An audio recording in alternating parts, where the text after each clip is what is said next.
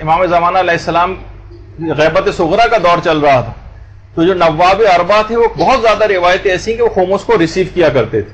اب ان روایات کا کیا کریں گے اگر ہم یہ کہیں گے کہ خمس تو امام نے حلال کر دیا تھا، تو یہ پھر خمس کیسے ریسیو کر رہے تھے؟ تو اب یہ سوچا گیا کہ پھر ایسا کر دیا جائے کہ نواب اربعہ کا گویا انکار ہی کر دیا جائے کہ یہ افراد وہ تھے معاذ اللہ کہ جنہوں نے نیابت کا ایک ڈھونگ رچایا تھا خمس کو ریسیو کرنے کے لیے. آج کل جو کتابیں لکھی جا رہی ہیں، میں اس کا ایک پیج بھی آپ کے سامنے ابھی ڈسپلے کر رہا ہوں. یہ الٹے ہاتھ پہ جو چیز ہے وہ اصل کتاب کا جو وہ پیج ہے، اور اس کو ہم نے بڑا ہائی لائٹ کر کے آپ کے سامنے کہ غیبت صغرا میں نیابت کا ڈھونگ اس لیے رچایا گیا معاذ اللہ تاکہ مال خمس وصول کرنے میں آسانی رہے. اور جو کچھ آج کل ہو رہا ہے وہ اسی کا تسلسل ہے، اور یہ تسلسل اسی وقت ختم ہوگا جب امام زمانہ ظہور کریں گے، اور تبھی لوگوں کا آٹا، مرچیں، دھنیا اور ہلدی لوگوں کی دست برد سے محفوظ ہوں. یہ بات کہی گئی. اب دیکھیں کتنا، یعنی نواب اربعہ جو ایسے افراد تھے کہ جن کے متعلق ائمہ نے کتنی زیادہ روایتیں ان کے ثقہ اور امین ہونے کے اوپر آئیں، ان سب کو صرف اس وجہ سے رد کر دیا گیا اور کہا کہ انہوں نے نیابت کا ایک ڈھونگ رچایا تھا خمس کو حاصل کرنے کے لیے معاذ اللہ. یہ کتابیں لکھی جا رہی ہیں، ہر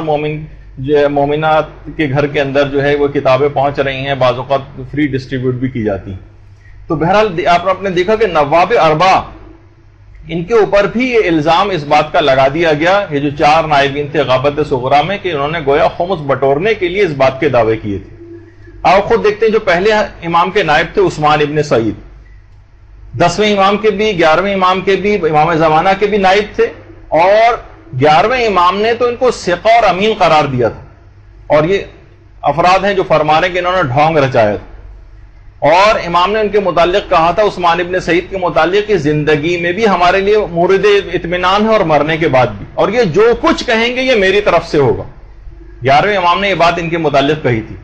جب احمد ابن اسحاق قمی امام کے پاس آئے تھے، 10ویں امام کے پاس، اور کہا کہ مولا میں بار بار آپ کے پاس نہیں آ سکتا، میں اپنے مسائل کا حل کس سے دریافت کروں، تو امام نے یہ والے جملے ارشاد فرمائے تھے عثمان ابن سعید کے، وہ ثقہ اور امین ہے، جو کچھ کہیں گے ایسے ہی جیسے میں نے کہا. اور پھر جب 10ویں امام کی شہادت واقع ہو گئی تو اسحاق ابن احمد ابن اسحاق قمی پھر 11ویں امام کے پاس بھی آئے اور آ کر یہی والا سوال کیا، اور 11ویں امام نے بہنی وہی جواب دیا جو 10ویں امام دے کر گئے تھے، کہ یہ اگر عثمان ابن سعید کوئی بات کہہ دیں تو ایسے ہی ہے جیسے میں نے کوئی بات کہی. تو آپ نے دیکھا کہ بہرحال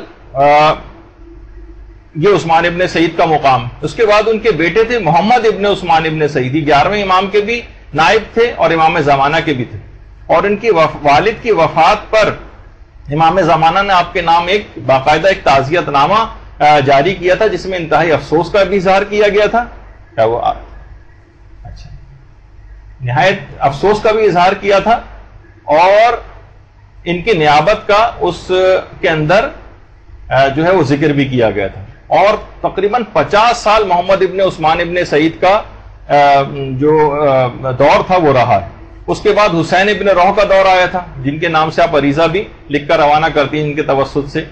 آپ تمام چیزوں میں امام کے جو ہے نمائندے تھے. 21 سال کا آپ کا بھی دور رہا ہے. تو پہلا خط جو ہے جو ان کے نام حسین ابن روح کے نام امام زمانہ علیہ السلام نے لکھا تھا، وہ شیخ توسی فرماتے ہیں اور پورا خط حسین ابن روح پر درود و سلام پر مبنی تھا.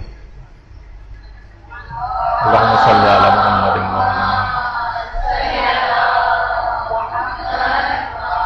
اور آج بھی ان کے نام عریضہ لکھا جاتا ہے، اور 11-12 صدیاں گزرنے کے بعد بھی وہ عریضہ ان کے توسل سے امام تک پہنچ جاتا ہے، جن کے متعلق اس بات کا الزام لگایا گیا معاذ اللہ کہ انہوں نے خمس بٹورنے کے لیے نیابت کا ڈھونگ رچایا تھا.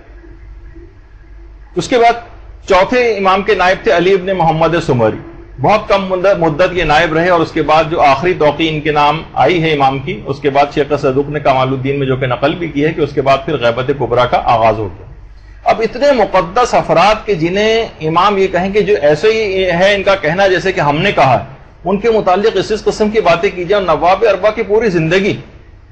کتنے کام تھے ان کے. یہ امام کے نام کو مخفی رکھتے تھے، امام کی حفاظت کے لیے شیعوں کی مسائل اور مشکلات کو حل کرنا ان کا کام تھا، امام کے اموال کی حفاظت جو ہے وہ ان کا کام تھا، اور جھوٹے دعوے دارانہ جو امامت ہوا کرتے تھے ان کی بیخ کنی کرنا ان کا کام تھا، ان سے مقابلے کیا کرتے تھے. اس کے علاوہ دیگر علاقوں میں جو نمائندے خمس جمع کرنے کے سلسلے میں مقرر تھے ان کی سرپرستی کیا کرتے تھے، لوگوں کی غیبت کبریٰ کو قبول کرنے پر آمادہ کرتے تھے کہ آسان بات نہیں تھی امام کی غیبت لوگوں کے لیے، لوگوں کے عقائد اور ان شرعی سوالات کے جوابات وہ یہ دیا کرتے تھے، اور اس کے علاوہ جو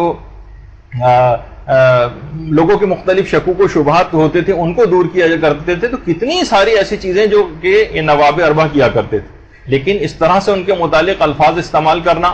اور لوگ جو ہیں یعنی